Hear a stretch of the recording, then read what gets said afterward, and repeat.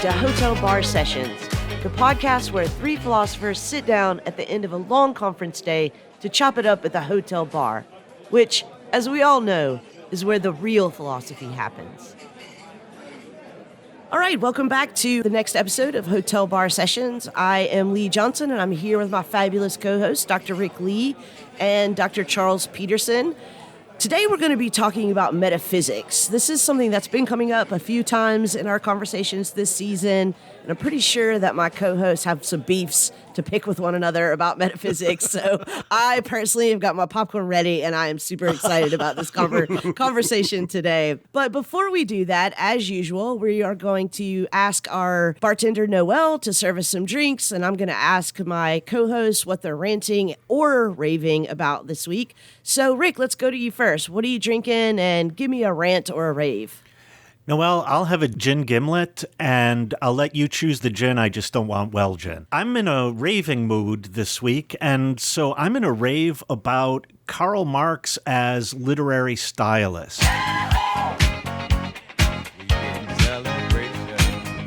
I think he's often overlooked in terms of his style, and he is an incredibly funny and at times really beautiful writer. Nice. What about you, Charles? Because I'm on spring break, I'm just going to have a cranberry juice and vodka with a twist, because that's what I drink when I start drinking at 10 o'clock in the morning. I'm going to rave just like my man Rick raved to the light fantastic. My rave is the 5 universal laws of human stupidity developed by economist Carlo M. Cipolla. I just came across this the other day, and it's like Saul on the road to Damascus becoming Paul. It's just epiphanic for me, and it explains everything I need to know about American civilization right now, and I swear it will be the final statement about what happened with America. So if you get a chance, look online, Carlo M. Cipolla's The 5 Universal Laws of Human Stupidity. Lee, what about you? What are you drinking, and are you ranting or raving? I am going to have my usual, a Fireball and Diet Coke, and since you guys are raving this week, I will rant, and I would like to rant about flip-flops. It's only partially about flip-flops. It's really about human feet in general. This is the time of year when, unfortunately, I have to look at everyone's feet, and I have whatever the opposite of a foot fetish is. I don't want to see your feet. I sign on to that. Pedophobe. All right, Rick, so give us an introduction. How are we going to be talking about metaphysics this week? So metaphysics is a topic that has come up in a number of our episodes that we've done together. And I am a metaphysician, and I've come out and said that in the past. And I think that neither you, Lee, nor Charles are as metaphysically inclined as I am. I know both of you experimented a little in college, but I'm metaphysics curious. But I thought it's time to take this head on and see what metaphysics is about, what role it plays in philosophy, and whether it has anything yet to talk about in our contemporary world, philosophically, politically, socially, and so on. So we're going to take reality by the horns, and we're going to get to the bottom of it.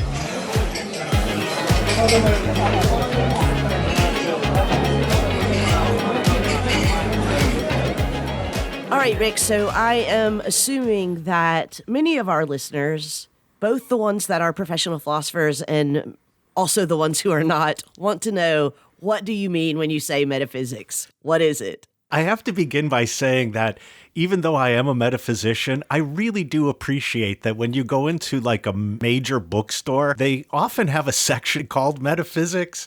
And what I love about it is it has to do with astrology. Astrology, crystals, guardian angels. Magic rocks. Yeah. So we're not going to be talking about that. I will start with a really general definition of metaphysics. I think that metaphysics is the aspect of philosophy that investigates what is real, what counts as real, and what are the conditions, principles of reality.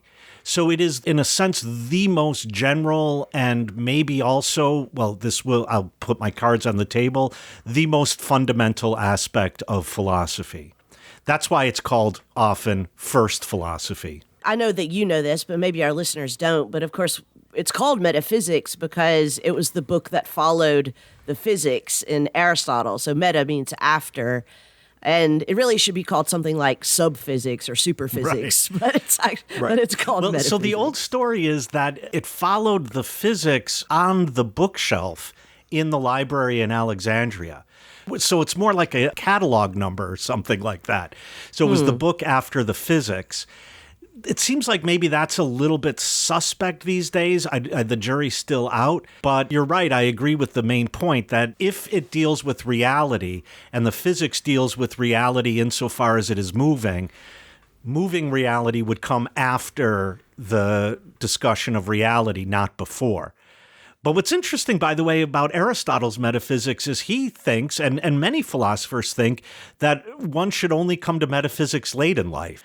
That even though it is maybe systematically the first philosophy, in terms of the chops it takes in order to do it, you should only come to it late in life, because if you come to it earlier, then you're too easily distracted, your mind is weak, and your philosophical powers are those of a Padawan. I just think about how lucky we are that Aristotle's text on eroticism didn't come after the physics. Where would that put us in terms of us thinking about certain issues in philosophy?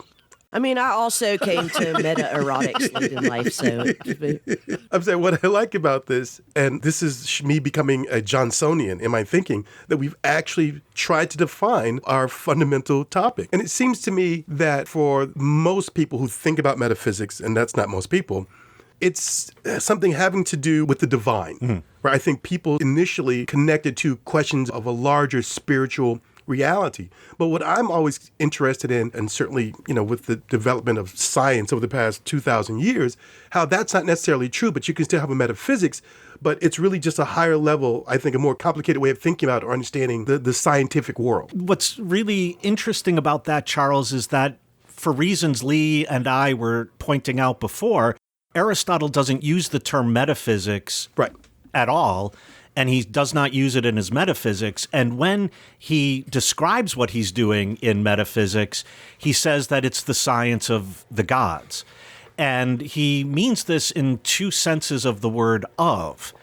The first sense is that it is the science that studies the divine, so the science of the gods, having the gods as its object.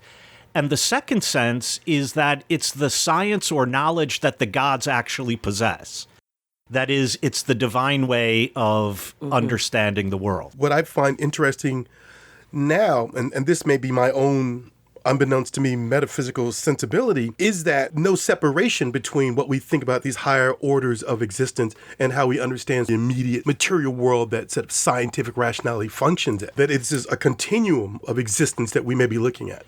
Well, one of the things that interests me about metaphysics is that one could argue that contemporary science, as you put it, either is metaphysics or has a bunch of metaphysical presuppositions that probably we would do well to bring to the fore. Presuppositions about causation, the relation of cause and effect, presuppositions about whether all reality is material or not, presuppositions about whether matter is fundamental or energy is fundamental. All of these are basically metaphysical questions that I think often go unexamined. And in being unexamined, the moment we accept the authority of science, we accept a number of presuppositions that perhaps we want to call into question. Sometimes people say that the first metaphysical question is, why is there something rather than nothing?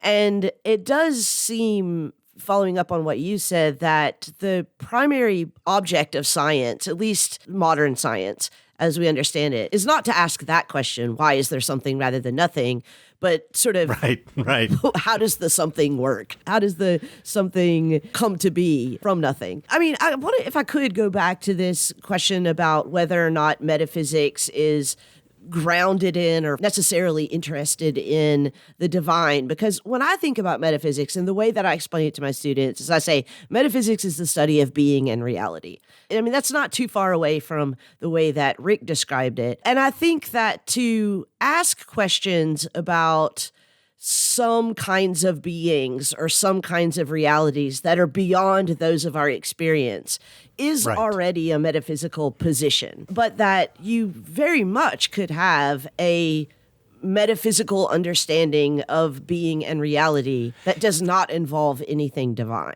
Yeah, so for example, you could be a metaphysician and be a materialist. That is the position that whatever is matter is a metaphysical position.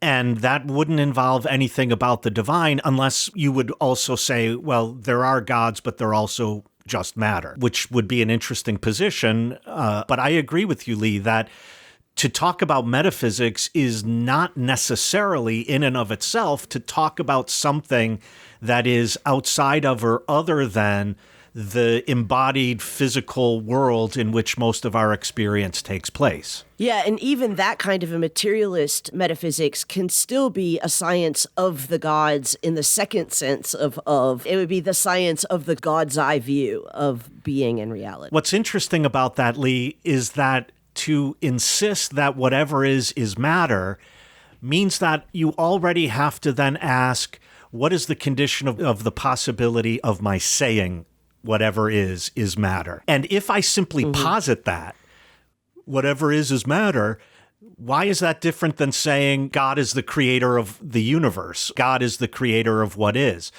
And so the metaphysical position of materialism on its face is not necessarily different than any run-of-the-mill theological position. And I think this is an interesting problem for metaphysics. So it sounds like what you're saying is metaphysics are inescapable. Well, yes, that's what I'm saying. Podcast done. Well, this is a short one. Ooh, that was short work. Ooh, all right, let's go get another beer. I mean, I totally agree with that. I think that there is no not doing metaphysics. I think you're either assuming a metaphysical position or you're asking metaphysical questions, but there is no avoiding metaphysics. One of the reasons why we together decided to finally have a topic on metaphysics is because it has been coming up in a number of episodes we've already recorded. And so that shows, I think, Lee, exactly your point, namely that you're either accidentally doing it or you're doing it on purpose. And maybe to re-quote Quentin Crisp here, if we're going to do metaphysics anyhow, let's do it on purpose rather than on accident.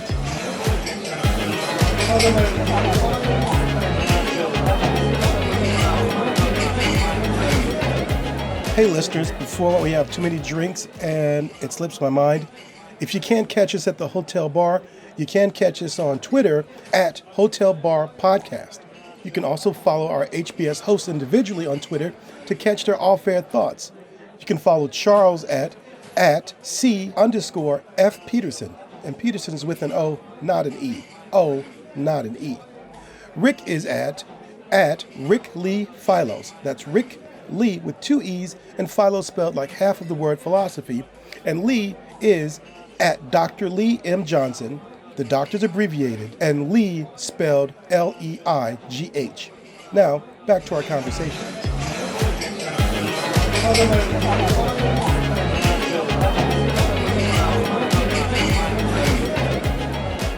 Rick, what you're saying reminds me of a great Pointer Sisters song called You Got to Believe. And the hook in the song is, you got to believe in something, why not believe in me? And it seems to me that what you're saying is, whatever you fundamentally believe in, whatever you may think is the first foundation, then that is your metaphysics. Are you saying that? I put the question to you, sir. He's just an accidental metaphysician, so give him a minute. Tripped into the great beyond. Sir, have you no metaphysics? At long last. I disagree 100%. And Whoa. Notice I channeled Lee's way of phrasing that. And the reason I disagree is because, first of all, I think that it is entirely possible for you to have metaphysical commitments that slip under your own radar. That is, you have metaphysical commitments to things that you're not even aware you are metaphysically committed to. And I don't want to get in the weeds of this, but one of my renewed interests in metaphysics has come through my reading of Volume 1 of Marx's Capital. And I think in many ways what Marx is showing there is that capitalism comes with a panoply of metaphysical presuppositions that it itself does not bring to the fore. In fact, it cannot bring to the fore because were it to bring it to the fore, no one would subscribe to capitalism as a just, ethical, or even intelligible economic system. And so I think that I would like to separate off the question of belief from the issue of metaphysics for that reason. The second reason is I think that you could believe in all sorts of whack shit to which you yourself are not metaphysically committed. So on both sides of that question, I don't think metaphysics is just whatever you believe. So you say people operate under all kinds of metaphysical assumptions, but they may not be aware that they're operating under those assumptions. So is the awareness of it necessarily the definitive move? Could you clarify more what you mean by metaphysical commitment?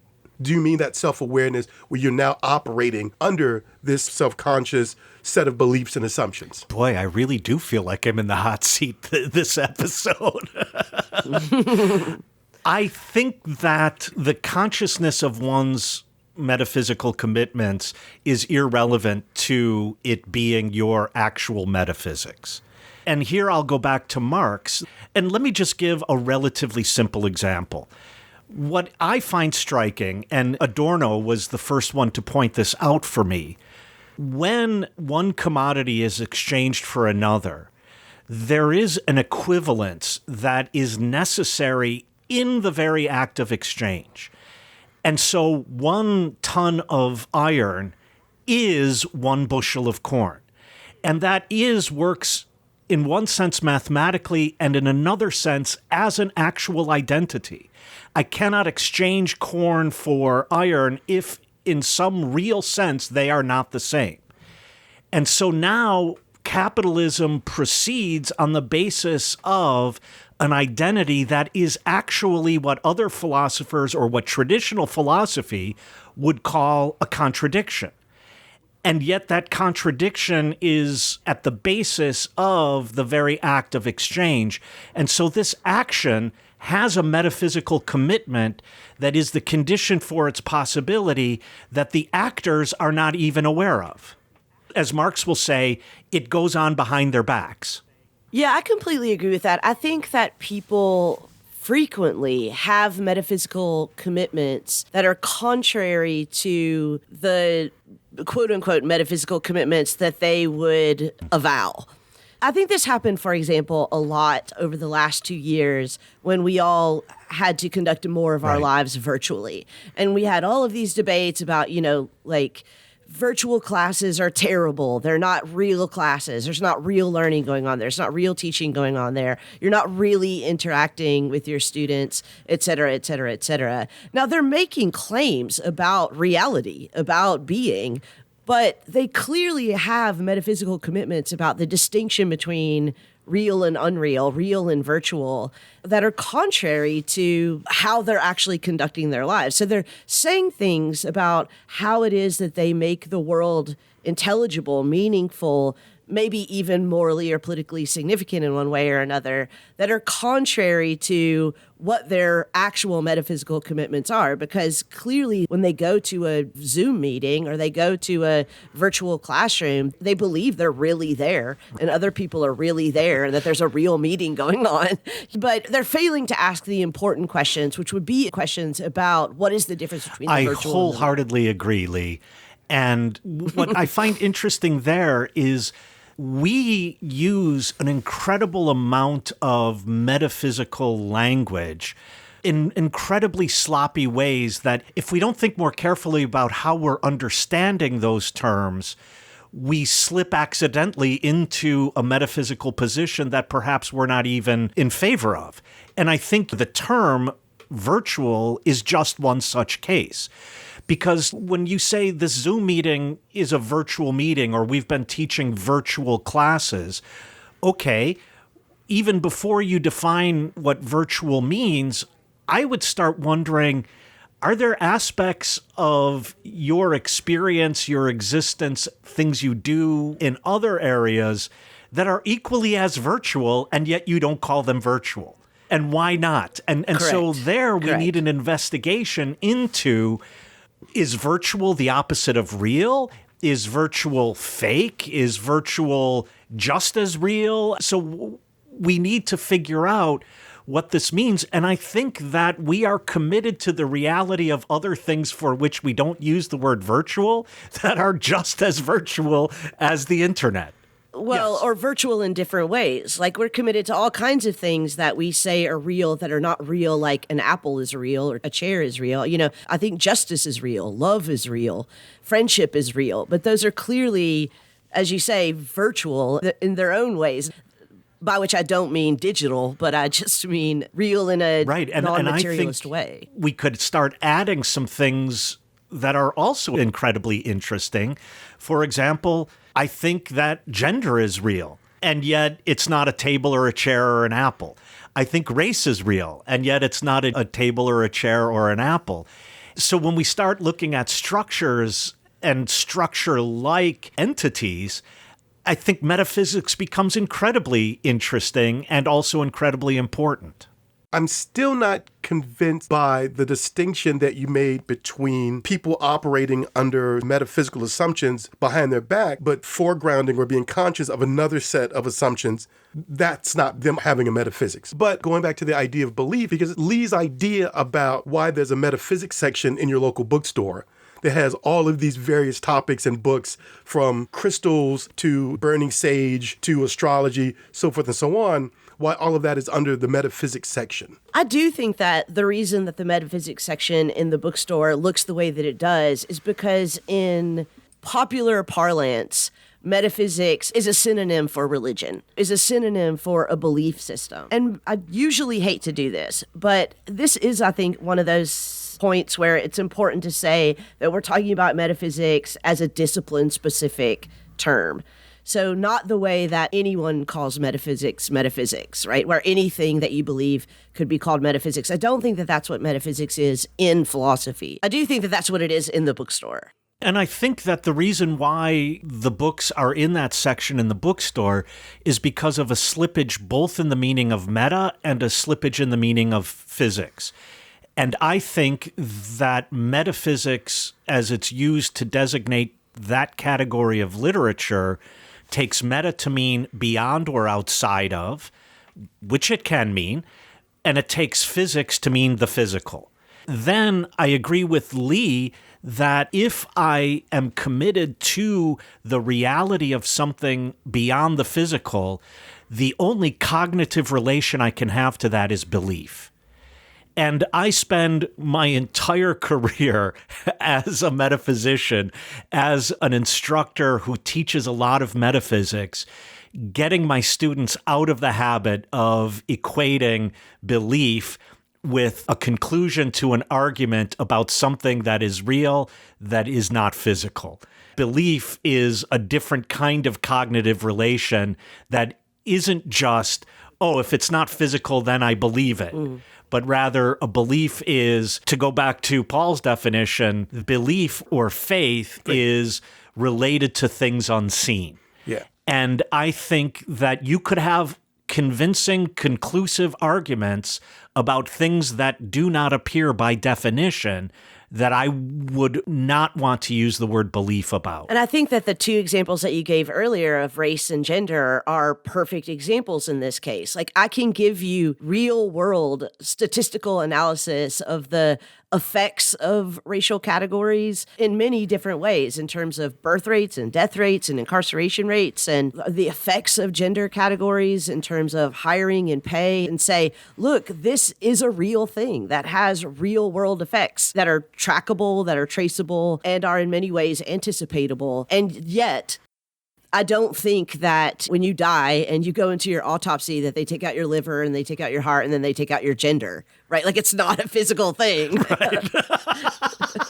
that's what's fascinating to me. The according to Hoyle exploration of metaphysics within a philosophical context, what is interesting is what people believe and how those beliefs have such an amazing material effect upon the way in which we live our lives and organize our societies and engage with each other as individuals. So it may not be metaphysics as such, but the way in which these beliefs, these thoughts, these assumptions that are working behind people's back, the way they impact the world is amazingly powerful and worthy of consideration for me. I want to be clear. I am not arguing that it is the belief in something that has real effects in the world. I am arguing that these entities have real effects in the world, independent of the belief or not.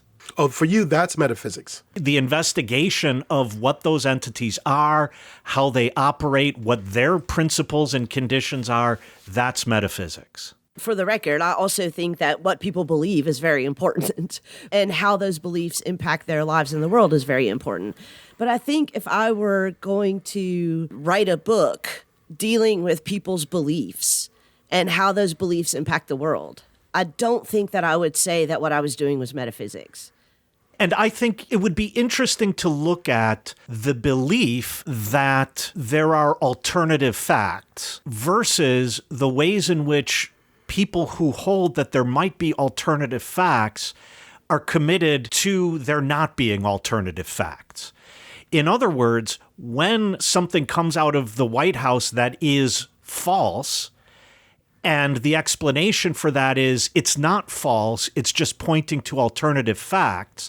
And I believe that. My belief in that will have real effects in many ways in the way I interact with other people, in the way I think about immigration, in the way I think about race, and so on and so forth. And act, not just think, but act and behave. And yet, when I'm driving my car or flying in an airplane, I hope to fuck that there are not alternative facts. So I agree with both of you. I think that the beliefs I have do have an impact on the world. They have an impact on my behavior. But I'm also arguing that there are entities that, whether I believe them or not, have real-world effects that we need to analyze the modes of their reality in order to figure out how it is they have these effects, what effects they have, and their mode of operation.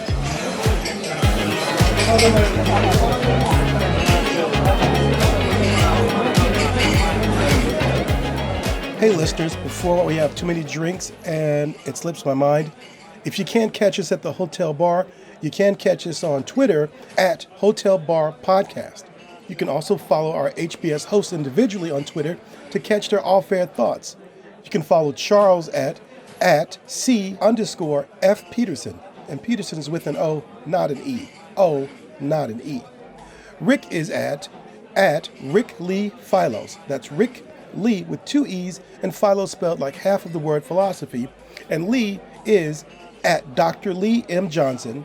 The doctor's abbreviated, and Lee spelled Leigh. Now, back to our conversation.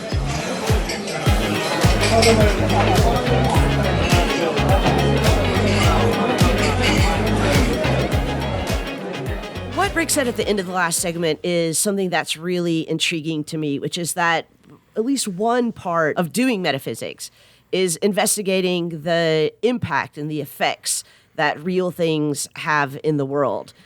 And I think maybe this might be a entree into what I've heard over the last 2 seasons with you guys as a disagreement about metaphysics. Rick thinks that metaphysics is first philosophy. Charles has said on more than one occasion that he's not that interested in metaphysics. So definitely does not think it's first philosophy. And I suppose maybe what I would like Rick to do is try to explain or even try to convince Charles of the moral and political impacts of metaphysical commitments. Because we know that's Charles's main interest, the moral and political impacts of ideas or systems, etc. So how do metaphysical commitments have moral and political payouts? Now that you've set it up that it's Rick's responsibility now to convince me before all of our listeners, now I'm just going to dig in and say no. You've just opened up the gates to obstinacy for me, just for my sense of pride. You can't see it, but his Uggs are dug into that shag carpeting. I'm going to expand your scope of the question in another direction as well, Lee. So the direction you raised was, can I talk about the way in which metaphysical commitments have social and political effects and are important socially and politically? And before I address that, I would like to also say that I am not maintaining that metaphysics is a socially and or politically neutral aspect of philosophy. Mm-hmm.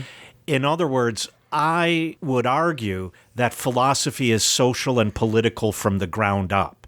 And so one of my concerns is that a lot of moves that one might make when one explicitly comes to social or political theory may have been obviated, prevented, promoted in a metaphysical discussion that I don't want to enter too late. I don't want the game to be played metaphysically such that when I arrive with social theory or political theory, I've already lost the metaphysical game. So that's one direction I would push the importance of metaphysics. But secondly, I'm not simply interested in metaphysical commitments that I or anyone might explicitly have. I'm interested in the way in which society, political forms, political operations are only possible given a certain way in which reality is. And if you want to ask me, well, does the social operation make up entities or do those entities cause the social operation? First, I welcome that question, but second, I welcome you to metaphysics. So I think enjoy the veal. Even if I spend a lot of time reading, let's say, medieval metaphysics and the intricacies of medieval metaphysics and so on, I think I develop really useful and important tools that help me uncover and analyze the metaphysics that are the condition for the possibility of all sorts of social relations, political formations, and even, pace Marx, economic formations and relations. We are not on different Metaphysical planes. Metaphysical planes. We're in the same universe of the multiverse, if we want to get all Marvel Comics. My earlier claims about the relevance of metaphysics don't disconnect metaphysics from my other sort of philosophical commitments, political theory, power, social justice, so forth and so on. I just realized early on in my philosophical career that I think it much more important to do battle with the metaphysical assumptions behind the political, social, economic, so forth and so on, to do that battle in the realm of the political, social, and economic, versus doing battle with it at the level of the metaphysical. Mm-hmm. So it's just a question of what part of the battlefield do I choose to devote my energy versus fighting the entire battlefield. I just choose to stick to one particular area on the larger battlefield. But in an interesting way, I think that idea goes all the way back to our discussion about comedy and one of my interests in the philosophy of comedy, namely Hegel's discussion, in which Hegel insists that both comedy and tragedy deal with contesting positions. So we could think about Antigone. The tragedy there deals with the claims of the authority and legitimacy of the state versus the claims about the authority and legitimacy of either religion, popular piety, or family. So state versus blood would be one way to put it. State versus faith would be another. And by the way, in a Greek context, blood and faith might go hand in hand. There is a resolution in drama, both comedy and tragedy, for these conflicts. Hegel argues that comedy, rather than contradicting the claims of the other, in laughing, rise above that and show that they are merely apparent claims, not claims about things that exist, even within a society. And yet, what Hegel wants to say is even false appearances form part of reality. That's a metaphysical claim, right? False appearances also form a part of reality.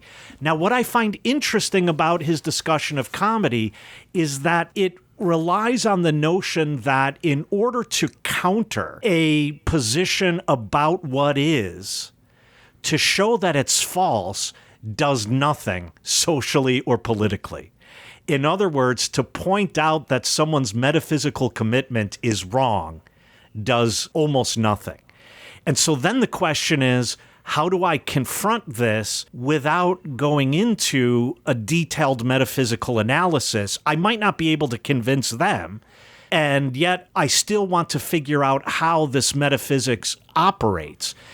This is a long-winded way of saying that I'm more and more pessimistic in U.S. society these days that the fight is worth engaging when it is coming on the social and political level, because that's seemingly more and more futile to me.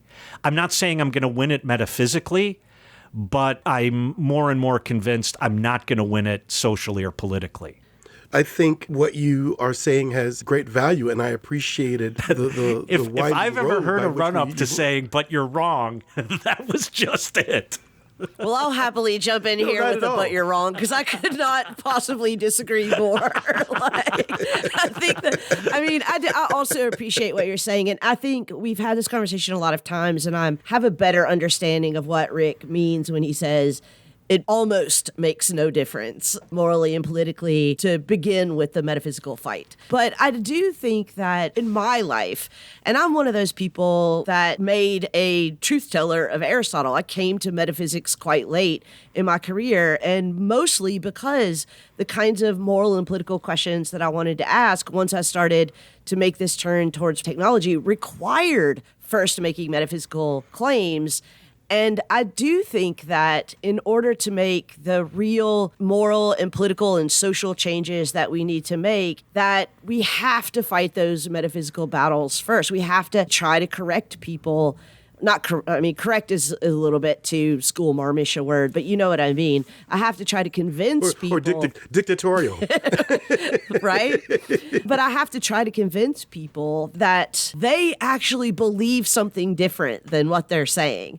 And the only way to convince them is not to start at the level of it as a belief, or even to start at the level of a practice, but to start at the level of a concept. And I think that that is a metaphysical question, and I've seen it change people's minds in my own classes when we talk about reality, when we talk about virtuality, when we talk about being and non-being. I've seen it change people's minds. And I think part and parcel with that is to expand what I often refer to as our metaphysical bestiary. Because I think too often when we think about what is real, we stick with terms like it's either real or it's not real. It either exists or it doesn't exist. And It's either real or it's ideal. Right. We tend to line up real and existing without then filling out what exactly do we mean by existing. And I think that, Lee, your point that recently the development of, going back to the internet and then more recent developments of other forms of so-called virtual reality, and then into the discussion of artificial intelligence and robots, we begin to see that the ethical and social and political questions that emerge here demand a metaphysical accounting. And I think David Gunkel's conversation with us about robot rights got into that when he said, we need to start looking at what personhood is. Mm-hmm. And that's a metaphysical question. The legal question could be answered in terms of positive law, and that was his worry, that if we let positive law define what personhood is without the metaphysical investigation, then we haven't really done the work we should do in developing an ethics that is appropriate to speaking about non-human, or let's say even non-animal forms of personhood. Yeah, and I think we can see a parallel development over the last 50 to 60 years in the way that we've been talking about race. A lot of conceptual work had to be done in terms of how we understand the reality of race.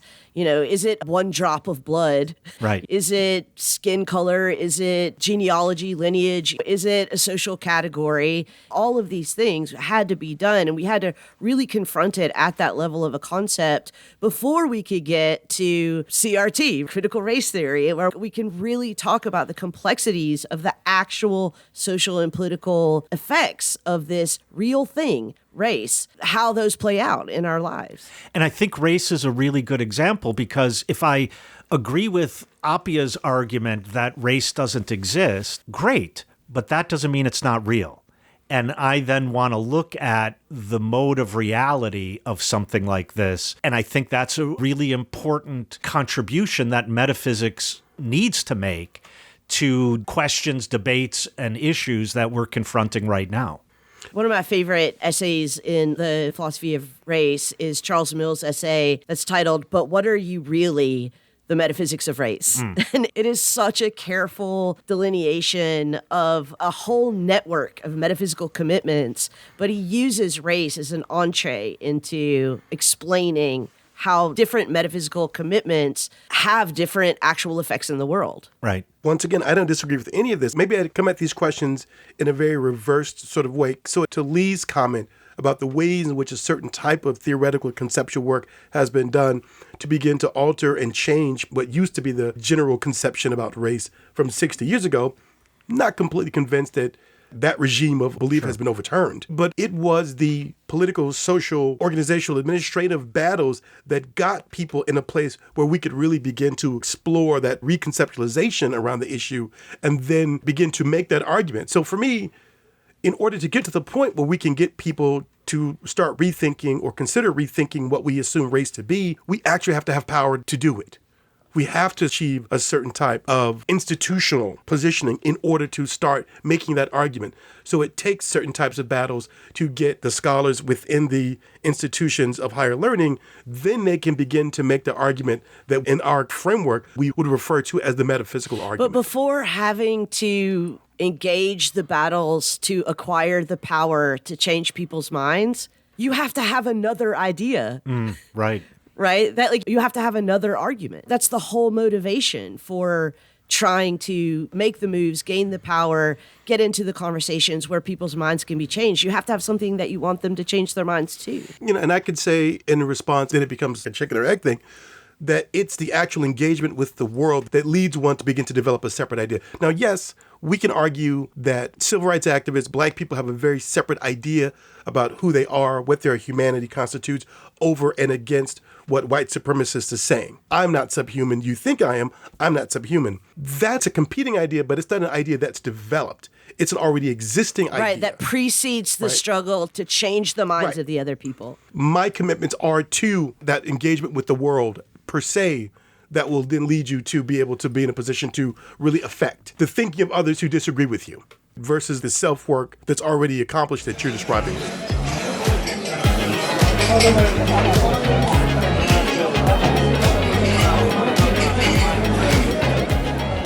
One thing that Lee mentioned that I think is a fundamental part of my commitment to metaphysics, not my metaphysical commitment, but my commitment to metaphysics, is that part of this work of convincing others relies, as Lee said, on having already an idea to replace the reigning idea.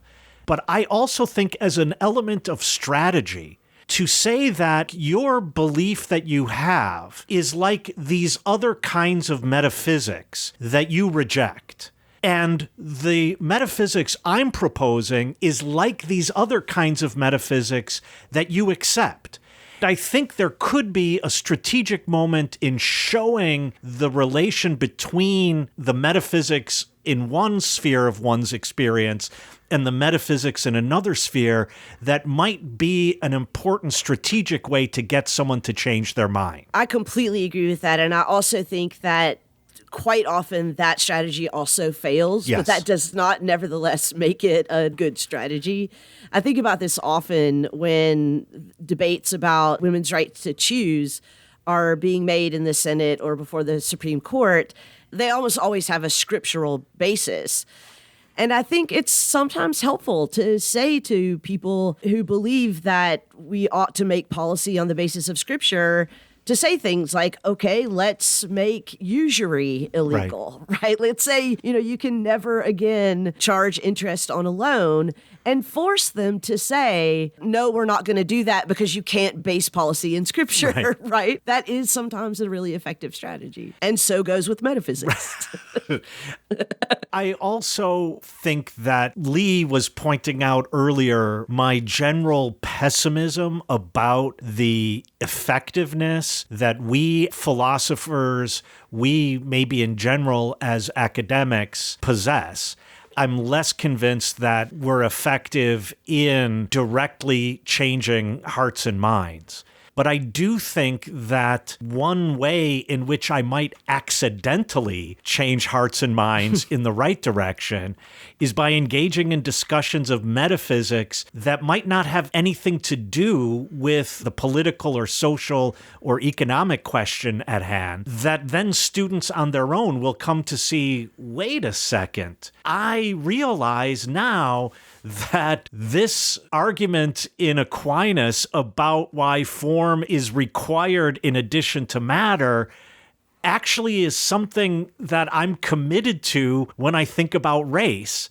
And I didn't like it in Aquinas, so I shouldn't like it when I think about race.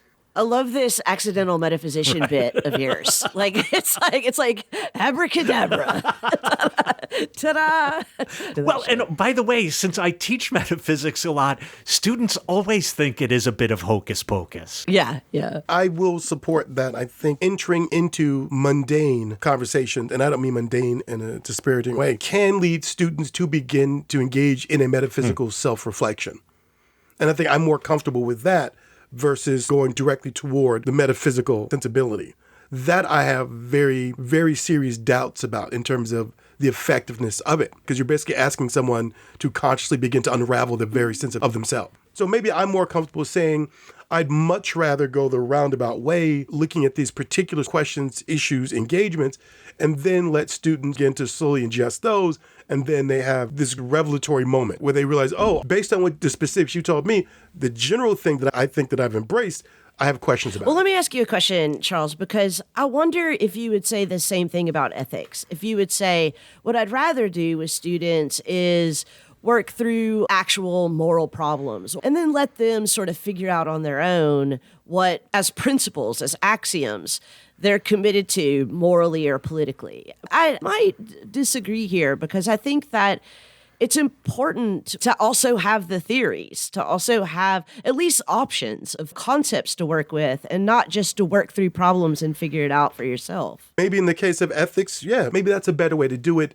This is the larger theory, and let's begin to look at individual cases where we apply that theory to test its consistency. I'm not saying that's a bad way to do that. I'm just saying that I think in terms of this question of engaging, how do we turn people into accidental metaphysicians, I'm saying that's a better way to do it. I'm not saying that's the best way to do all of these various explorations. I think this is really helpful because I think now I'm getting a much better understanding of what you've been describing all along as your resistance to metaphysics.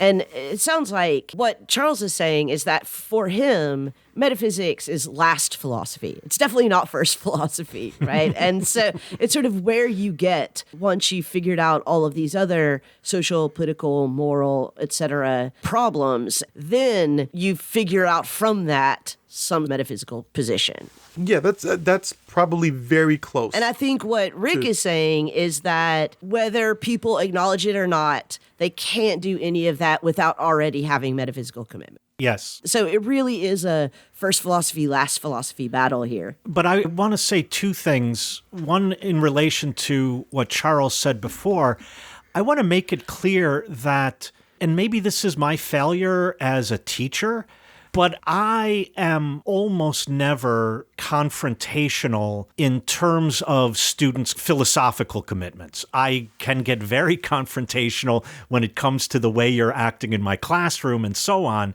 but I am not ever going into a class with the intention of robbing students of the reality on which they have based their lives. When I teach metaphysics, I show all sorts of metaphysical systems from substance essence versus accident metaphysics to Kantian critique of metaphysics to Descartes, both doing metaphysics and being on the brink of turning it actually into a theory of knowledge, to a materialist metaphysics, and ending up with a kind of pragmatic understanding in which metaphysics is borne out in action. And I don't ever try to rob anyone of their metaphysics, but we can look at the positive and negatives of all of these various forms of metaphysical commitments, in which case students might object to someone like Aristotle and the distinction between substance and accident and its reliance on essence, and that this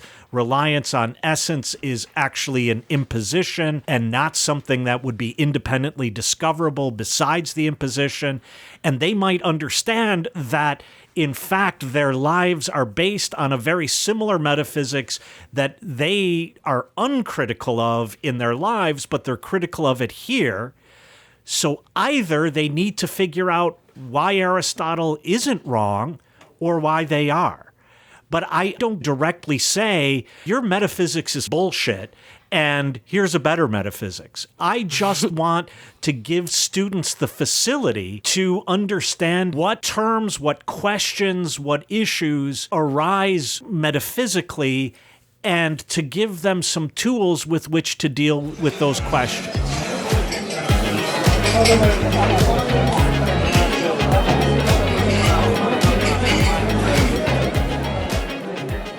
Rick, I'm not trying to steal from you your metaphysical commitment, but I am curious to hear what exactly it is.